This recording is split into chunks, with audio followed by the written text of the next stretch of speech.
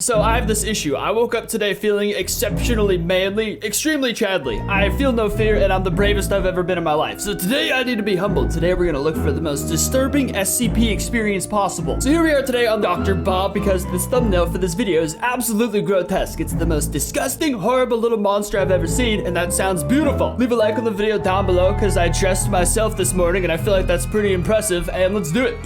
SCP-1550, Dr. Wondertainment's Custom Pets. Wondertainments? That's the greatest name I've ever heard. It's the last day of 6th grade, and there are only seconds left before the final bell rings and school is officially out for summer. Oh my god. An excitable 11-year-old girl sits at her desk, bouncing her leg in anticipation and watching the clock. Soon, she'll have 3 glorious months of freedom. But more importantly, she can take her mom up on a life-changing promise. Did we seriously used to get that much time off for summer? I'm so old now, I forgot what it's like to just do nothing. That's They crazy. made a deal when they moved to this new town. If she could get through 6th grade with straight A's and good feedback from her teachers, she could finally get a pet of her own. There were some stipulations, of course. The pet can't be too big, can't make a lot of noise, and needs to be something she can take care of by herself. It was hard work, but she buckled down, studied hard, and even found a math tutor. Oh god, this video is called like, it's about horrifying monsters pets. I don't like where this is going. The time is now in 5, 4, 3. Oh my god, 2, I'm so happy for 1. her. The last bell of the year rings, and the class erupts into cheers. Summer's here. She shoves her books into her bag and runs out the door so quickly, she barely catches her teacher's parting words of, "Have a great summer vacation, everyone." That is the shadiest looking man on the planet. He does not belong within 300 feet of a school. The halls are swamped with kids all rushing toward the buses, their parents' cars, or their final walk home of the school year. She's right there with them, the promise of the day putting an extra spring in her step. Many of the faces in the hall are still unfamiliar. After a year of being the new kid in town, she hasn't made many friends. Oh boy. None of that matters now. She's going to get a special friend today, something all her own that she can nurture, play with, and won't ever have to worry about impressing. It's only a short walk to the pet store, and then an even shorter walk to her house. As she makes her way down the sidewalk, the sun beaming down on her smiling face, the girl lets her mind wander. What kind of pet should she get? A dog needs to be walked. That might be too much work. A fish? Maybe, but you can't play with a fish. You can't pet a fish, or at least it won't be happy if you try. She remembers a pet tarantula her eccentric aunt once had and shudders. No spiders, definitely not. She wants something friendly, something small enough that her mom won't complain, but something she can cuddle and really bond with. Whatever it ends up being, she's going to take great care of it. We really live in real life Pokemon, don't we? We just get to choose our Pokemon. I can't wait to see how horribly this goes in a second. The walk feels much longer than it is, the anticipation stretching the minutes until they feel like hours. She spots the sign in the shape of a dog playing with a ball, and her heart skips a beat. She's reached the pet store. Inside, Good God, that's overwhelming creepy. number of options. She walks through the reptile section, pressing her face to the class of tanks housing iguanas, slithery snakes, tiny darting lizards with brightly colored tails. Nearby, there are fat green tree frogs and bumpy toads with huge watery eyes. Seems like an odd time to insult frogs and call them a bunch of fat asses, but whatever. She briefly pauses at the fish, enticed by their vivid colors and the staggering variety of shapes and sizes. But a fish is such a boring pet, she thinks. What can you even do with a fish? Eat a fish. She moves on, looking at a litter of fluffy tabby kittens. They romp and roll around on top of each other, flicking their tails and stretching their soft paws.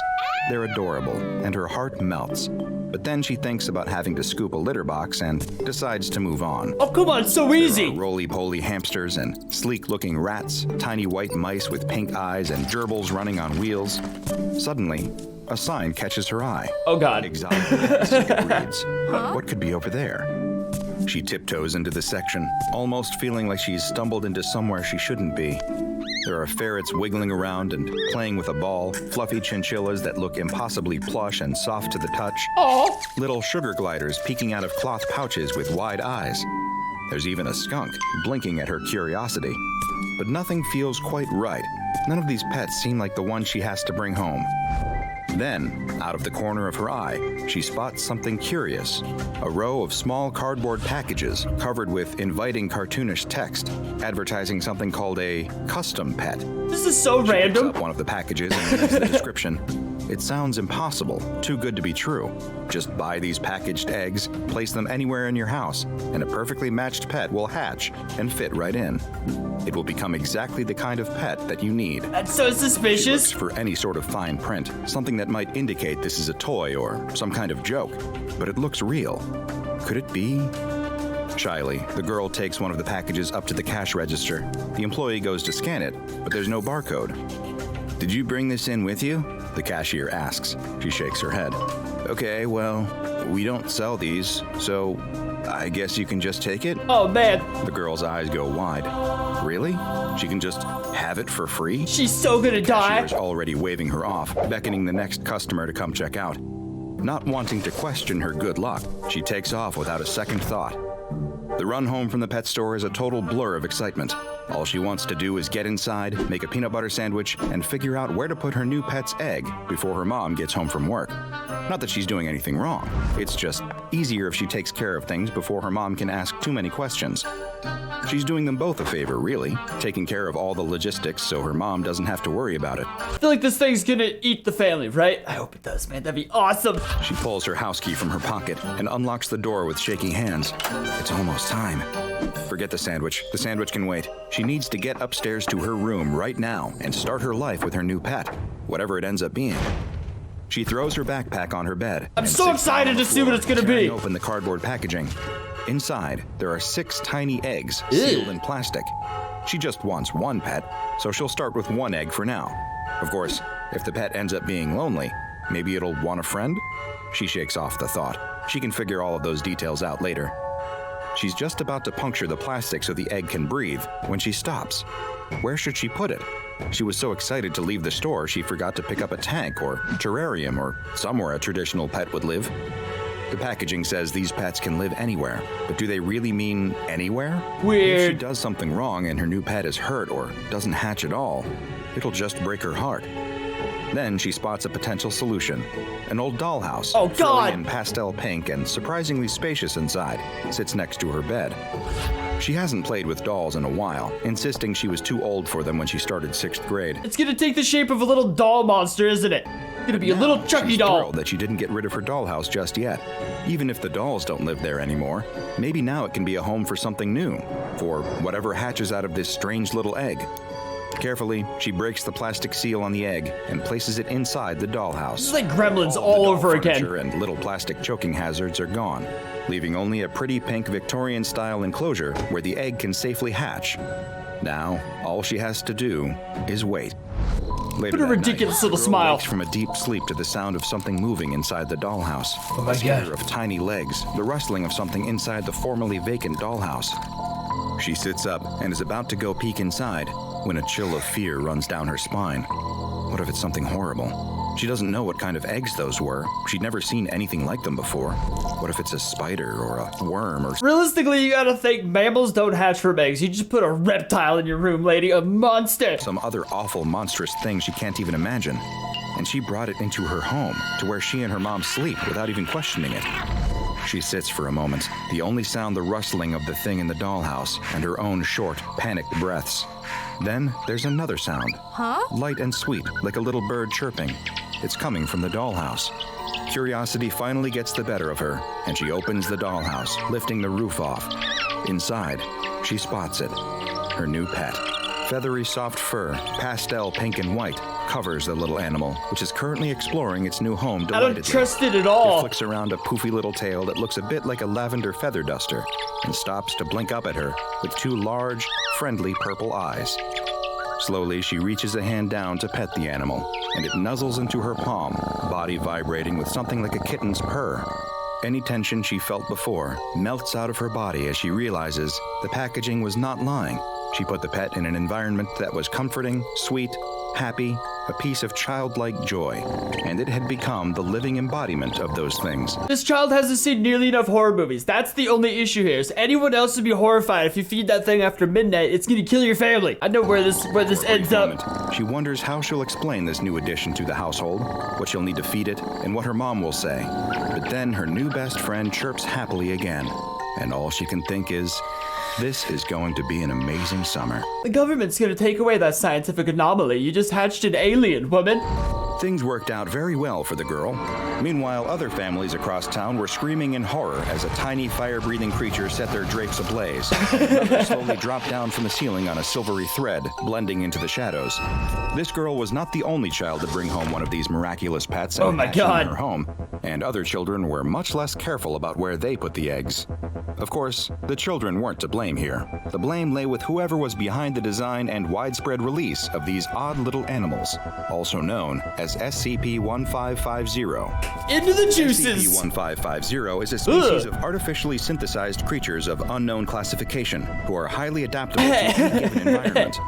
Hey, it's that dude from All Real Monsters. He was a legend growing up. Creepy little bastard. Larvae will develop, grow, and change to fit whatever setting their eggs are placed in. Though all specimens vary greatly in appearance, they all have markings on their underbelly that read, a Dr. Wondertainment trademark.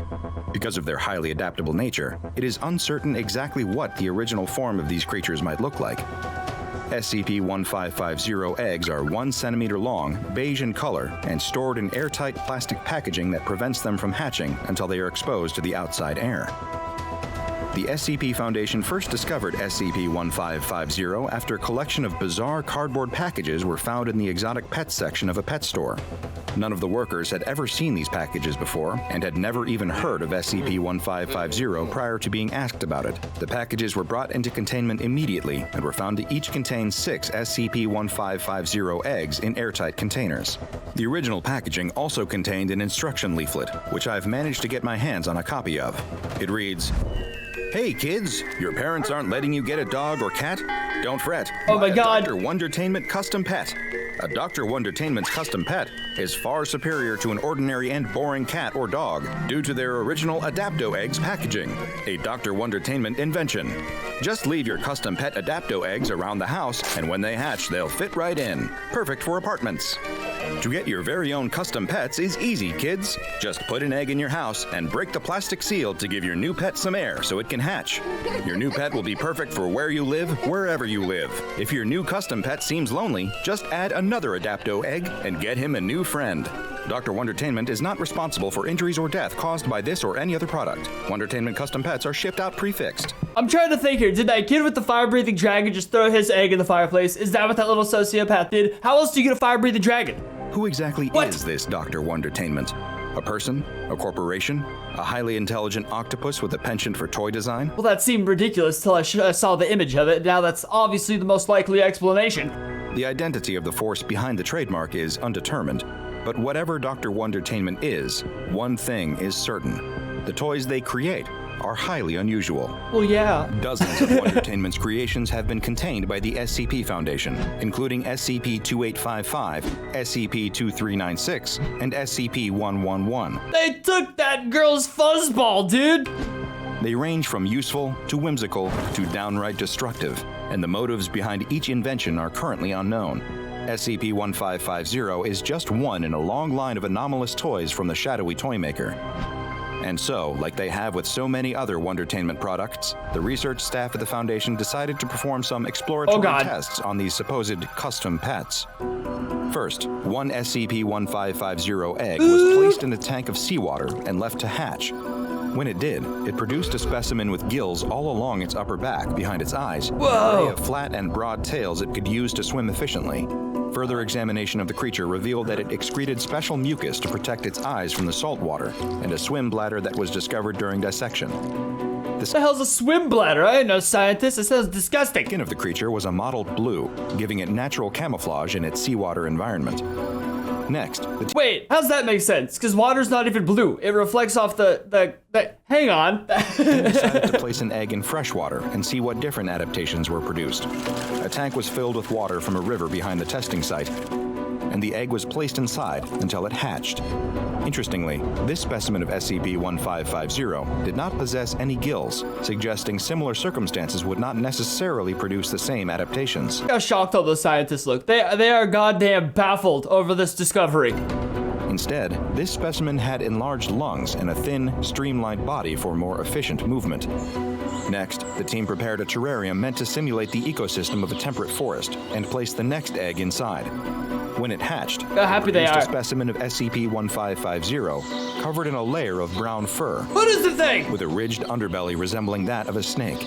It also had a tail consisting of large tentacles. Make a snake, beaver, octopus? What? Along the ridged underbelly, there was a smooth patch of skin with the Dr. Wondertainment logo printed, like a tattoo. The team prepared a different terrarium that simulated a desert ecosystem and allowed an egg to hatch inside. These are The resulting weird. specimen was cold-blooded, tan in color to blend in with the sand, and skilled at burrowing quickly to protect itself from outside stressors. It's literally a sand shrew is what happened. It was also, notably, 1 centimeter larger than the previous specimens. Huh. The final terrarium was made to simulate the environment of an average urban apartment. The egg that hatched inside produced a creature with leathery skin and eyes placed similarly to those of a chameleon. That's the best demeanor of the one. specimen was noticeably friendlier than its predecessors, and it acted more like a domesticated house pet than a wild animal. Its most impressive adaptation was its method of eating. Behind the specimen's jaw, there were strands of baleen like those found in whales, which allowed the creature to filter feed on dust and crumbs from the terrarium floor. After these experiments proved successful, the research team decided to test the eggs in more extreme Oh environments. boy. One egg was placed in a vat of molten iron. What? It promptly burst into flames and was completely destroyed. The researcher responded, "Well, what did you expect to happen?" Which seems like a fair point. The next egg was placed inside a vacuum chamber, which was then depressurized. The egg promptly exploded, covering the inside of the chamber in an unidentifiable slime. I feel like there's a huge leap right here, you mad scientist. Now you're just killing children. Good God, man. These 2 less than successful experiments led the research team to the conclusion that SCP-1550 eggs cannot survive in conditions that would be uninhabitable for any other animal. Pretty bold claim. There's a lot of conditions that aren't inhabitable, that aren't just literally melted iron. Like, come on. There are limits to the creature's adaptability. But what would happen to an egg placed in a hostile environment filled with something recognizable? They literally, if it did the iron, it would have just became like a Terminator monster, is what would have happened. Thank God it didn't work.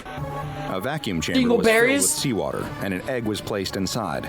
The chamber was then pressurized to 15,750 psi. Oh, like a deep This sea time, monster. The egg was not destroyed, but instead was able to successfully hatch.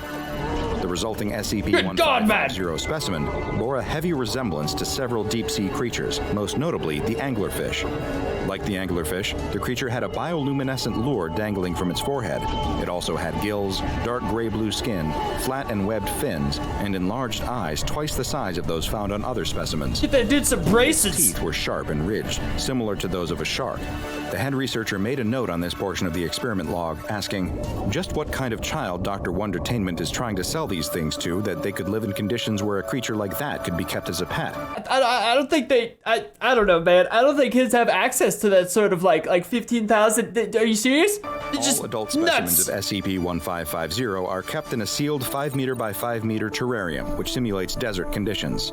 This terrarium is monitored via electronic surveillance, and each of the specimens is implanted with a tracking device. If one or more of the specimens escapes, What is that? locked down until all of the creatures have been captured and placed back in their terrarium. All SCP-1550 eggs are kept in their packaging unless being used for testing. As the Foundation does not want the population of adult specimens to exceed 20 at any given time, excess specimens are terminated. Damn. Honestly, that makes me a little sad. I'd be happy to take them in if the research team can't keep them. But I digress.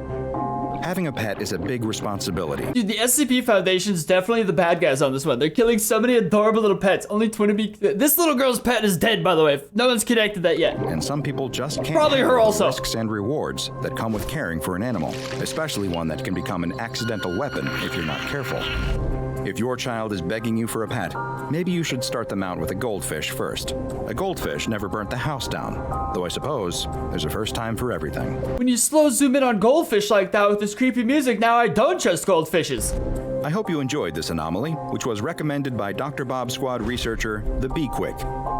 If you want to assist in recommending and choosing future anomalies to be analyzed, I'm not gonna lie, this video was awesome. I was kind of hoping the pets, like, I like SCPs that you can fear. I'm not really afraid of these ones. They sound more just kind of awesome. I was really hoping at one point they were gonna put one in like a serial killer's jail cell or something, but no, we didn't get that. That would have been fantastic. Maybe there'll be one in the future. In the end though, pets are only scary to like children and old people though, because they're like susceptible to animal attack. I'm a grown man. I'm just like kick it, you know what I'm saying? This is like the rare occurrence where I'm just kind of sad after an SCP video because they're out out there just killing the cute little fluff balls, dude. They're adorable. I don't see any issue with these, except maybe the dragon. Either way, this video was very entertaining. Thank you so much, Dr. Bob, for intellectualizing us on the subject. Leave a like, subscribe, and I'll see you guys next time.